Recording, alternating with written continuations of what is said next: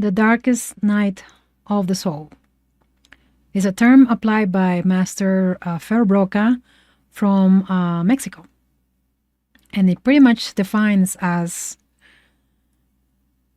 a step on our lives that every single one of us have gone through.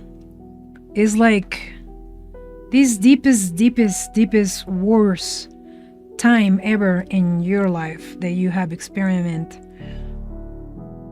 due to a loss, due to a conjunction of many things actually going bad in your life. Maybe you lost a job, and then your doggy died, and then one of your parents passed away. And have you ever reached something that you can call like a peak time in your life of a certain accumulation of events? Or maybe even the one thing can trigger you to go way far away that you think you're lost in life. Like there is no way around. Like that's it. That's it. I'm done. This is probably as much as I can take. No? I think everyone in our lifetime have reached this point at a certain time in our lives, because life is not perfect. Nobody is going to tell you ever that. Even the richest person in the world can probably get fate of that. Nothing is perfect in life. For sure, you can't really stop death. For example, the death of a loved one. There are things that you just can't control. It's out of your control. And you reach the point of no return, literally. Maybe even more now in the time of the season, and the holidays and the Christmas and the celebration and everybody being happy. And maybe you feel like an empty table, an empty chair in the table, and that brings you back to everything else. And of course, I'm not here to tell you should not feel this, you should feel that, you should do this, you should do that. Because it all goes back to you. It's as simple as that. Sadly, some of us have not made it out of this darkest night in your life. Some of us haven't made it out. The rest of us are still here. And you could have really any kind of whatever the beliefs that you do. It's very important. I'm a firm believer. It's very important. No matter what kind of belief you fall for, or what it calls you, faith or religion or whatever. We human beings, whether you want to admit it or not, we are spiritual beings. We are spiritual. We need that part in our lives. We need that somehow. Even if that becomes loving to yourself, or in a way to tell worshiping myself, whatever I have accomplished in life, and I am proud of that. That's fine. That's fine. Probably that's the thing you can stand up in faith and call that faith, believing in yourself, which is actually important in many ways.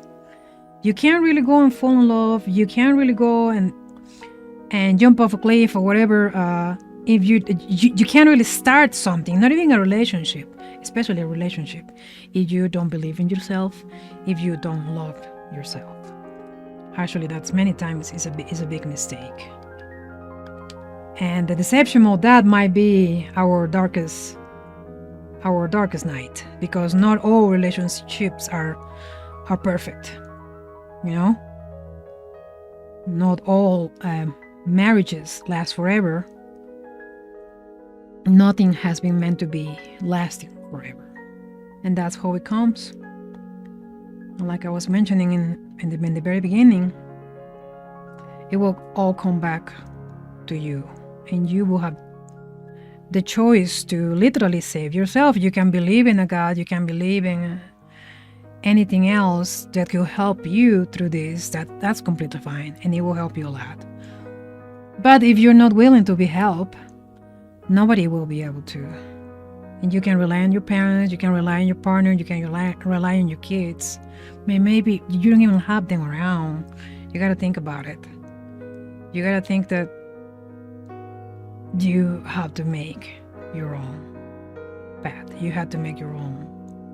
And believe me, life is not just being healthy, it's not just being rich, it's not just being accomplished. I used to believe by the pattern that you are born, you grow up, you get married, you have kids. As a woman, as a man, probably from my country, a man will get a career and you will be able to support your family. But when something cracks in that path that you have it already pre-written in your memory chip here, when something cracks that path, it will create the most horrible, darkest night of your life, like it happened to me. And that moment, like many of us could think about it probably in anything else, but ended up, and you will try to attempt against your own health, thinking, or your life, thinking that that is going to be the solution. Well, I'm here to tell you that's not the solution. And my first thought was, I have my parents. Thank God I do have my parents. My first thought was my parents. How can somebody tell them such news? I might be going in all, and maybe I'm free of all the pain, suffering, and frustration in my entire life. Yay!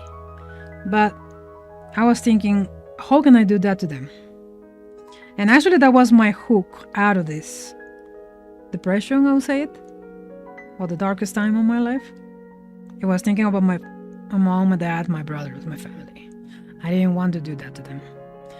So that was my kick. And believe me, since that, my life has turned so much around that I ended up being probably not a housewife with kids and all of that. I ended up being an artist. I will never have found that path in my life if I didn't fall into the darkest night of my soul, of my life. So I promise you, not everything will end up being bad. Not all the bad things will last forever.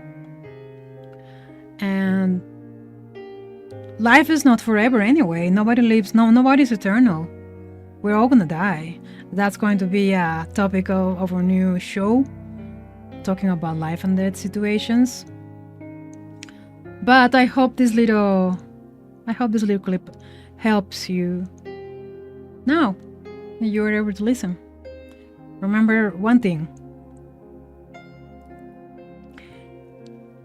If you wake up tomorrow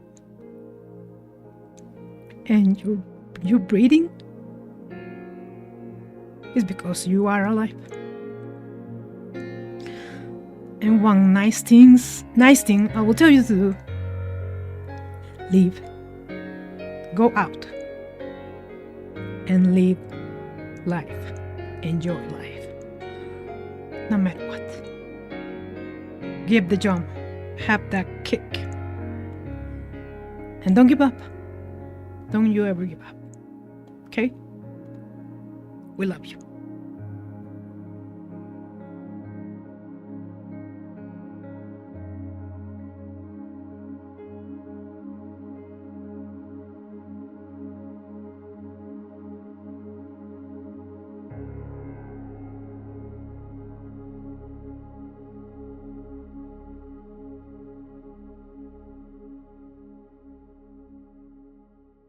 The Paranormal Dollmaker.